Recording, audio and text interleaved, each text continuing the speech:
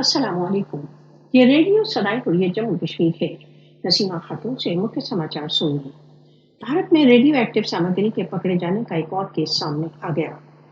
भारत के कोलकाता नगर में 4,250 करोड़ भारतीय मुद्रा के मूल्य की रेडियो एक्टिव सामग्री कैलिफोर्नियम पकड़ी गई, जबकि 2 व्यक्ति गिरफ्तार।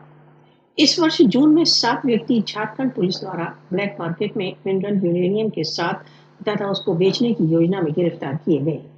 इसी वर्ष मई के मास में महाराष्ट्र पुलिस ने 2 व्यक्तियों से 2.9 बिलियन यूएस डॉलर का यूरेनियम जब्त किया। भारत में सन 1994 से 1 दर्जन से अधिक उच्च स्तर के यूरेनियम के केसों के पकड़े जाने के समाचार हैं। भारत में रेडियो एक्टिव सब्सटेंस के अवैध व्यापार के समाचार एक गंभीर चिंता का विषय है। रेडियो एक्टिव पदार्थों के गैर कानूनी व्यापार ने भारत की परमाणु सुविधाओं के संदर्भ में प्रश्न खड़े कर दिए हैं।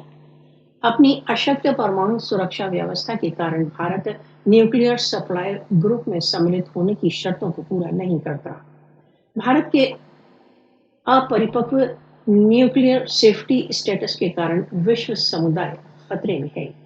विश्व को संपूर्ण भारत में रेडियो एक्टिव पदार्थों के व्यापार की दुर्घटनाओं की बहुत कड़ी पड़ताल की आवश्यकता है।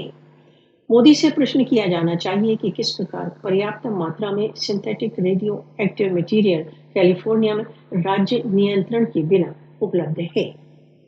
रेडियो एक्टिव पदार्थों पर इस प्रकार के अन उत्तरदायित्वपूर्ण व्यवहार के कारण भारत पर सैंक्शन लगने चाहिए।